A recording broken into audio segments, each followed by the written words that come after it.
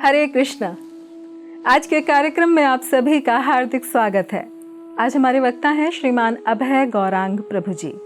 प्रभु जी ने बायोटेक्नोलॉजी में एमटेक करने के पश्चात एक रिसर्च ऑफिसर एवं असिस्टेंट प्रोफेसर के रूप में कार्य किया है। सन 2005 में वे अंतर्राष्ट्रीय कृष्ण भावनामृत संघ इस्कॉन के संपर्क में आए तथा सन 2012 में इस्कॉन के संस्थापक आचार्य भक्ति वेदांत स्वामी श्रील प्रभुपाद के प्रिय शिष्य परम पूज्य राधानाथ स्वामी महाराज से उन्होंने दीक्षा प्राप्त की। वैदिक अध्ययन में रुचि होने के कारण प्रभु जी ने आध्यात्मिक शिक्षा में भक्ति शास्त्री का कोर्स किया है। गोवर्धनी को विलेज वाड़ा में अनेक सेवाएं करने के साथ साथ प्रभु जी युवाओं को हरि नाम का प्रचार व उनका मार्गदर्शन भी करते हैं। तो आइए श्रवण करते हैं श्रीमान अभय गौरांग प्रभु जी के मुखारविंद से। धन्यवाद। हरे कृष्णा। हरे कृष्णा कृष्ण कृष्ण हरे हरे, हरे राम राम राम हरे हरे। जय नरसिम्हा श्री नरसिम्हा, जय जय श्री नरसिम्हा।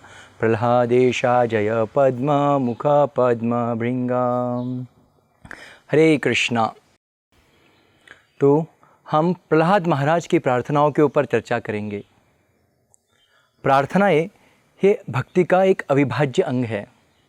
प्रायः हम समाज में देखते हैं पग पग पर कुछ न कुछ कठिनाइयाँ हमारे जीवन में आ रही है, और प्रह्लाद महाराज तो एक महाजन है। तो चलिए हम प्रह्लाद महाराज किस तरह भगवान नरसिम्हदेव को प्रार्थना कर रहे हैं, कुछ प्रार्थनाओं से सीख लेंगे। श्रीमद् भागवतम यह एक अमल पुराण है। श्रीमद् भागवत में ही श्रीमद् भागवत का महात्म्य बताया गया है। श्रीमद्भागवतं पुराणममलं यद्वैष्णवानां प्रिया, यस्मिन् पारमहंस्यमेकममलं ज्ञानं परं गीयते, तत्र ज्ञानविरागभक्तिसहितं नैष्कर्म्यमाविष्कृतं, यच्छृण्वन् सुपठन् विचारणपरो भक्त्या विमुच्यन्नरः। केवल श्रीमद् भागवत के श्रवण मात्र से हमारी भक्ति में जो है वृद्धि हो सकती है। और श्रीमद् भागवत यह सारे वैदिक शास्त्रों का परिपक्व फल है। भागवत के प्रथम जो 3 श्लोक हैं, जहाँ पर भागवत के विषय के बारे में प्रकृता से बताया गया है, संबंध, अभिधेय और प्रयोजन। श्रीमद् भागवत के 3 श्लोक में श्रीमद् भागवत का प्रयोजन बताया है। निगमकल्पतरोर्गलितं फलं शुकमुखादमृतद्रवसंयुतं पिबत भागवतं रसमालयं मुहुरहो रसिका भुवि भावुकः। तो श्रीमद् भागवत ये सारे वैदिक शास्त्रों का गलितम फल है। शुकमुखाद अमृत द्रव संयुतम। जैसे हम देखते हैं कि आम का जब मौसम होता है तो आम को अगर कोई पक्षी अगर चख लेता है तो उसकी मिठास और भी बढ़ जाती है। उसी तरह श्रीमद् भागवत शुकदेव गोस्वामी के मुख से जब प्रस्तुत हुआ तो और भी वो मधुर हो चुका है। और इसी श्रीमद् भागवत सारे वैदिक ग्रंथों का सार, और अगर इस सार का भी अगर सार हमें चाहिए तो हमें भक्तों के प्रार्थनाओं द्वारा मिलता है। जैसे वैदिक शास्त्रों में बताया गया है, धर्मस्य तत्वम निहितम गुहाय महाजन येन गतासु पंथा। क्योंकि भक्ति के बारे में जानना या सारे वैदिक शास्त्रों का सार निकालना, उसे अपने जीवन में पालन करना, इतना समय इस कलयुग के बद्ध जीवों के पास नहीं है। और इसका आसान तरीका है, भगवान को अगर प्राप्त करना है, भगवान को अगर जानना है, तो धर्मस्य तत्वम निहितम गुहाय, जो गुह्य ज्ञान है भगवान के बारे में, हम कैसे जान सकते हैं? महाजन ये न गतासु पंथा। महाजनों के पद चिन्हों का अनुसरण कर कर हम भगवान की शीघ्र प्राप्ति कर सकते हैं। तो श्रील प्रह्लाद महाराज भी 12 महाजनों में से एक महाजन हैं। तो आज की चर्चा में हम देखेंगे कि श्रीमद् भागवत में यह प्रह्लाद महाराज और नरसिम्हदेव की कथा क्यों आती है। क्या कारण है कि भागवतम में श्री नरसिम्हदेव का चरित्र वर्णन किया गया है। तत्पश्चात हम देखेंगे कि प्रार्थना के प्रकार क्या होते हैं। जब भक्त भगवान को प्रार्थना करता है तो किन किन भावों में यह प्रार्थनाओं को वो प्रकट करता है। और तत्पश्चात हम देखेंगे कि प्रहलाद महाराज ने किन प्रकार की प्रार्थनाएं की है। श्रील विश्वनाथ चक्रवर्ती ठाकुर, उनकी जो भागवत की टीका है श्री सारार्थ दर्शनी, इसमें बहुत सुंदर इस 7वें स्कंद पर टीका करते समय बहुत सुंदर यह प्रकाशित करते हैं कि किस तरह प्रहलाद महाराज भगवान नरसिम्हदेव को प्रार्थना कर रहे हैं और उन प्रार्थनाओं में वो कड़ी बताते हैं कि अगर प्रहलाद महाराज यह प्रार्थना कर रहे हैं तो अगली प्रार्थना और यह पहली प्रार्थना में क्या जोड़ है, क्या भाव में यह प्रार्थनाएँ हो रही है। तो प्रहलाद महाराज की प्रार्थनाएं कुल 42 प्रार्थनाएं हैं। इनको हम 8 भागों में विभाजित कर सकते हैं। तो आज की चर्चा में हम यह देखेंगे कि यह जो 8 अलग अलग भाव प्रहलाद महाराज अपनी प्रार्थनाओं में प्रकट कर रहे हैं, ये क्या क्या हैं। सर्वप्रथम श्रीमद् भागवत में नरसिम्हदेव की कथा क्यों आती है, तो हम देखेंगे श्रीमद् भागवत प्रायः यह शुकदेव गोस्वामी और परीक्षित महाराज के बीच जो प्रश्न उत्तर हुए हैं। परीक्षित महाराज गंगा तीर पर बैठे हैं, उन्हें 7 दिन में मृत्यु आने वाली है। उसी समय शुकदेव गोस्वामी वहाँ पर प्रकट होते हैं और परीक्षित महाराज उनसे प्रश्न पूछते हैं कि जो व्यक्ति की मृत्यु निकट है, ऐसे व्यक्ति ने क्या करना चाहिए, उस व्यक्ति के जीवन का लक्ष्य क्या होना चाहिए। इसी के उत्तर में जो है शुकदेव गोस्वामी श्रीमद् भागवत को प्रारंभ करते हैं। तो इस तरह भागवत के 12 स्कंद है और यह जो कथा नरसिम्हा भगवान की जो कथा है, यह श्रीमद् भागवत के 7वें स्कंद में आती है। तो अगर हम देखेंगे जो 6ठा स्कंद है श्रीमद् भागवत का, इस 6ठे स्कंद में शुकदेव गोस्वामी परीक्षित महाराज को बताते हैं कि किस तरह भगवान जो है अपने भक्तों का पोषण करते हैं, किस तरह भगवान जो है अपने भक्तों का रक्षण करते हैं। उसमें फिर अजामिल की कथा आती है, जिसे मृत्यु के समय जो भगवान नारायण का नाम लेता है और वो मृत्यु से बच जाता है। फिर इंद्रदेव है, उनका किस तरह पोषण करते हैं।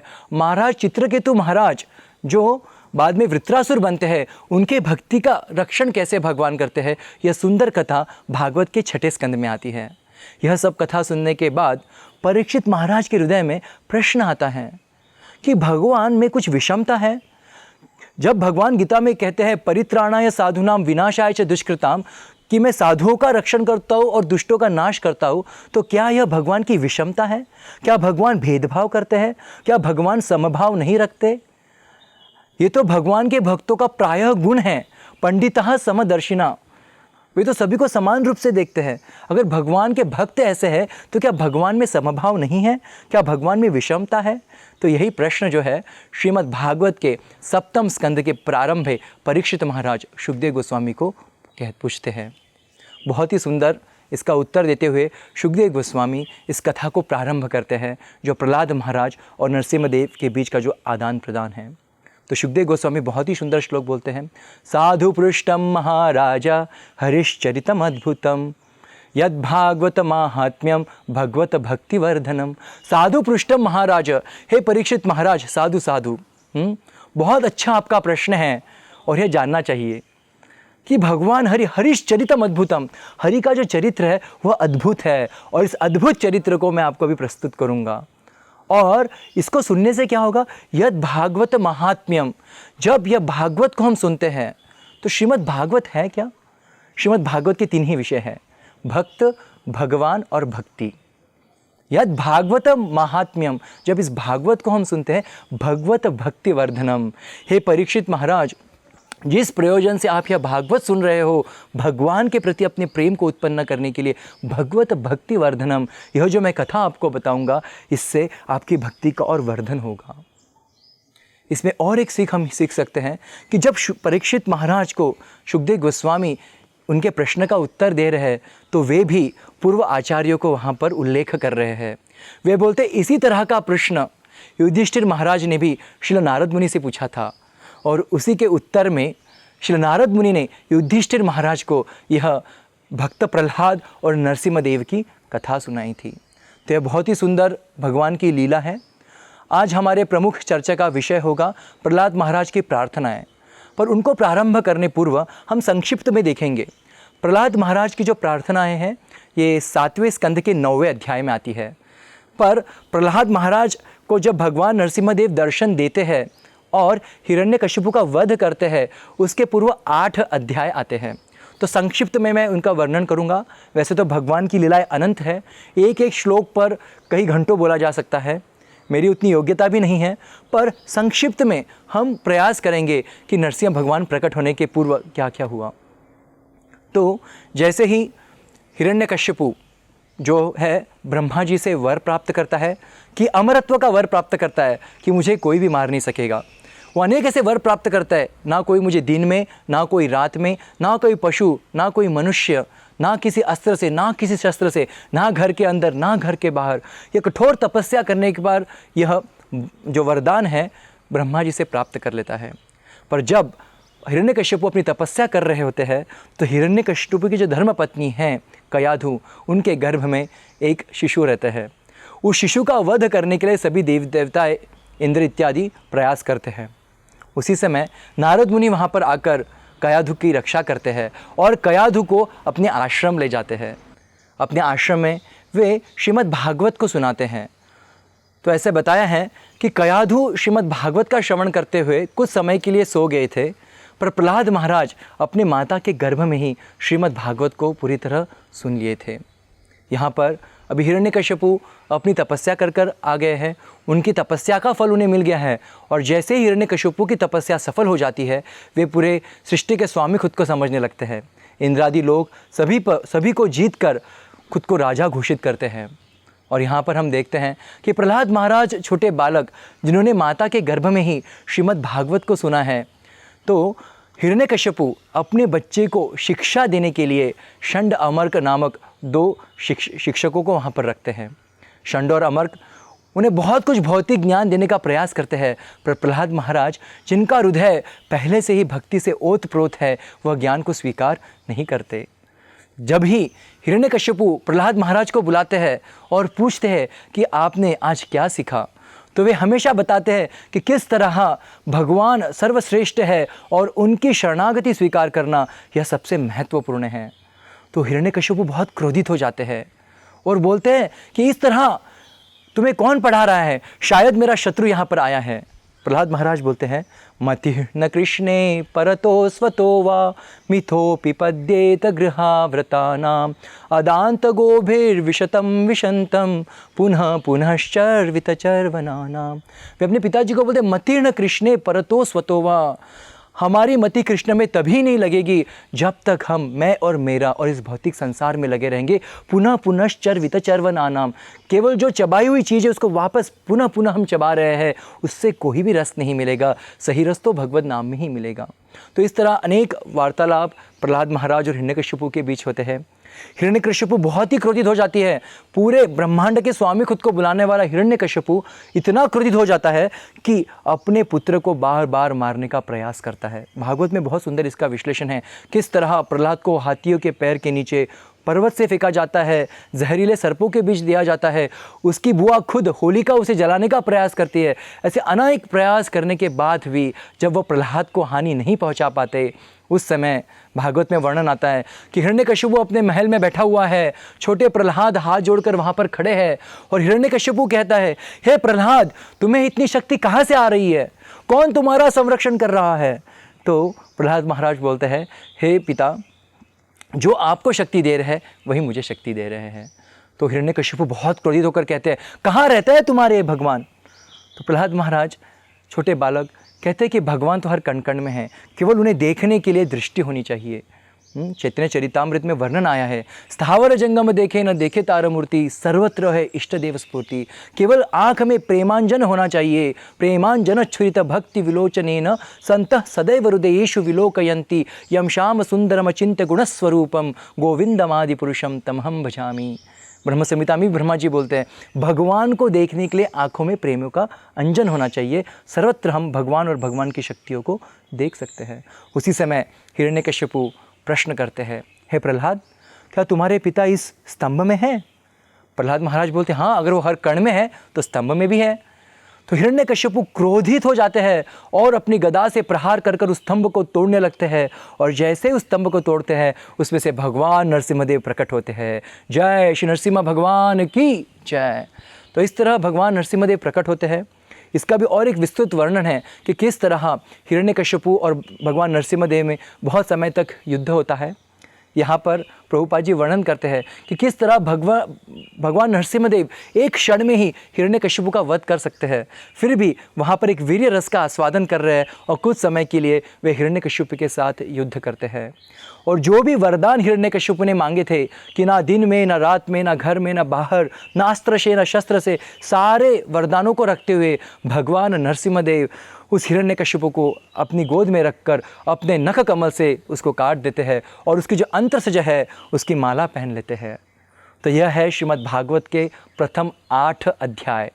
संक्षिप्त में हमने देखे कि यहाँ पर भगवान नरसिम्हदेव प्रकट हुए हैं और हिरण्यकश्यपु का वध हो चुका है। अभी सबसे महत्वपूर्ण भाग श्रीमद् भागवत का यहाँ पर है। यह है श्रीमद् भागवत का 9वां अध्याय। तो इस श्रीमद् भागवत के 7वें स्कंद के 9वें अध्याय के जो पहले 8 श्लोक है, यह प्रहलाद महाराज की प्रार्थना होने के पूर्व का दृश्य बताते हैं। तो अभी भगवान नरसिम्हदेव ने हिरण्यकश्यपु का वध हो चुका है। भगवान बहुत ही क्रोधित अवस्था में वहाँ पर खड़े हैं। ब्रह्मा, शिव, लक्ष्मी आदि देवी देवता, मुनि लगन सब लोग वहाँ पर खड़े हैं और सभी लोग भगवान की क्रोध को देखकर भयभीत हो चुके हैं। कोई भी भगवान नरसिम्हदेव के सामने जाने के लिए तैयार नहीं है। तभी श्रीमद् भागवत में वर्णन आता है कि ब्रह्मा जी के बगल में ही प्रहलाद महाराज छोटे 5 साल के बालक वहाँ पर खड़े हैं और ब्रह्मा जी प्रहलाद महाराज से कहते हैं, स्वपिता कुपितः प्रभु। हे प्रहलाद महाराज, स्वपिता, आपके पिता की हत्या करने के बाद आपके रक्षा के लिए नरसिम्हदेव प्रकट हो चुके हैं और उनका क्रोध अभी शांत नहीं हो रहा है। हम कोई भी भगवान नरसिम्हदेव के सामने जाने के लिए तैयार नहीं, हम सब भयभीत है। हे प्रहलाद, कृपया करके आप ही जो है भगवान नरसिम्हदेव का क्रोध शांत कर सकते हैं। शिवजी इत्यादि, माता लक्ष्मी भी बहुत सुंदर श्लोक भागवत में आते हैं। अदृष्टा, वो बोलते कभी ऐसा हमने भगवान का क्रोध देखा नहीं, ना कभी ऐसा सुना है। हे प्रहलाद, कृपया करके आप जो है भगवान के क्रोध को शांत कीजिए। देखिए, प्रहलाद महाराज छोटे 5 साल के बालक है, पर भक्ति की महानता इतनी है कि भगवान जो है अपने भक्त के भक्ति से ही यहाँ पर अभी शांत होने वाले हैं। तो प्रहलाद महाराज का मनोभाव बहुत ही महत्वपूर्ण है। तो इस 7वें स्कंद के 9वें अध्याय के 5वें श्लोक में वर्णन आता है, शनै शनै, एक एक पग धीरे धीरे प्रहलाद महाराज भगवान नरसिम्हदेव के समक्ष आते हैं।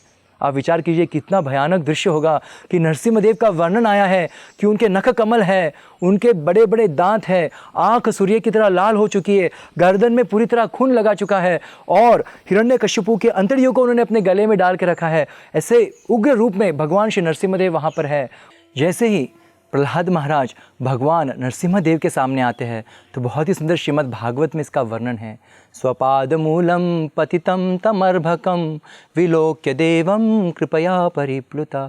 स्वपाद मूलम पतितं तमर्भकं, जैसे प्रहलाद महाराज भगवान नरसिम्हदेव के सामने आते हैं, पतितम, पूरा दंडवत अपना हृदय भगवान को अर्पित करते हैं। स्वपाद मूलम पतितं तमर्भकं, तत्पश्चात क्या होता है, विलोक्य देवम, भगवान नरसिम्हदेव जब प्रहलाद महाराज को देखते, विलोक्य देवम कृपया परिप्लुदम, अपनी कृपा से, अपनी करुणा से, अपने भक्त के प्रति प्रेम से ओतप्रोत हो जाते हैं।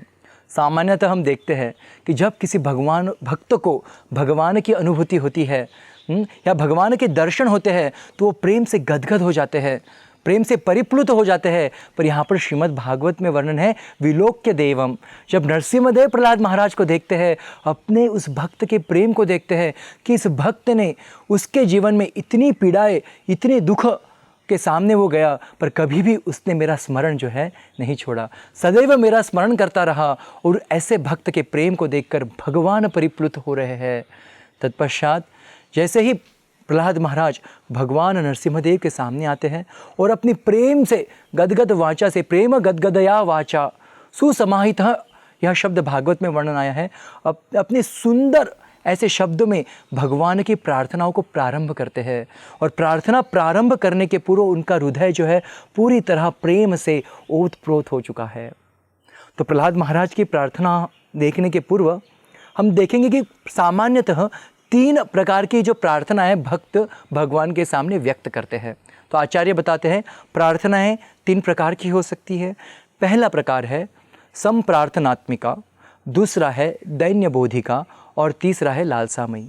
संप्रार्थनात्मिका में जो भक्त है वह भगवान का गौरव करता है, भगवान की स्तुति करता है और भगवान के प्रति अपने संबंध को व्यक्त करता है। इसे कहा गया है संप्रार्थनात्मिका। दूसरा होता है दैन्य बोधिका। वो अपने खुद के पतित अवस्था को वर्णन करता है, नम्रता से भगवान की शरणागति स्वीकार करने की इच्छा व्यक्त करता है। उसे कहा गया है दैन्य बोधिका। बहुत ही दैन्य नम्र भाव से वह भगवान को प्रार्थना करता है। और तीसरा कहाँ है? लालसामयी। यह लालसामयी प्रार्थना वह स्तर पे है जब भक्त भगवान से अपने संबंध को जानने लगता है और भगवान की करुणा को पहचानने लगता है और अपने उस करुणा में भगवान के प्रति सेवा का भाव उसके हृदय में उत्पन्न होता है और वह सेवा का अभिलाषी होता है। उस सेवा की वो मांग भगवान से करता है, उसे कहा जाता है लालसामयी प्रार्थना। जैसे हम तुलसी महारानी सुबह हर दिन सुबह तुलसी महारानी की प्रार्थना करते हैं, सेवा अधिकार दिए करो निज दासी। वहाँ हम प्रार्थना करते हैं, वृंदा देवी तुलसी महारानी हमें सदैव भगवान की सेवा में नियोजित कीजिए। तो यह है लालसामयी प्रार्थना। तो भक्त भगवान से अपने संबंध को प्रकट करता है, वह भगवान को अपनी दैन्यता, नम्रता, अपने दीनहीन भाव को प्रकट करता है और साथ ही साथ भगवान से सेवा की अभिलाषा भी करता है। यह तीनों भाव हम देखेंगे तो प्रहलाद महाराज की प्रार्थनाओं में यह तीनों भाव हम देख सकते हैं। जैसे हमने इसके पूर्व भी चर्चा की कि प्रार्थनाएं श्रीमद् भागवत में अनेक भक्तों ने प्रार्थनाएं की है, फिर वह परीक्षित महाराज की हो, कुंती महारानी की हो या ध्रुव महाराज की हो, प्रहलाद महाराज की हो, ब्रह्मा जी की हो, माता देवकी की, वसुदेव जी की, ऐसे अनेक प्रार्थनाएं श्रीमद् भागवत में हैं। गजेंद्र भी भगवान को प्रार्थना करते हैं श्रीमद् भागवतम में। ऐसी अनेक प्रार्थनाएं हैं और यह सब प्रार्थनाएं जो है यह भागवत के सार का भी सार है। इसलिए हम देखते हैं प्रहलाद महाराज करीब करीब 42 श्लोकों में भगवान को अपनी प्रार्थनाएं अर्पण कर रहे हैं।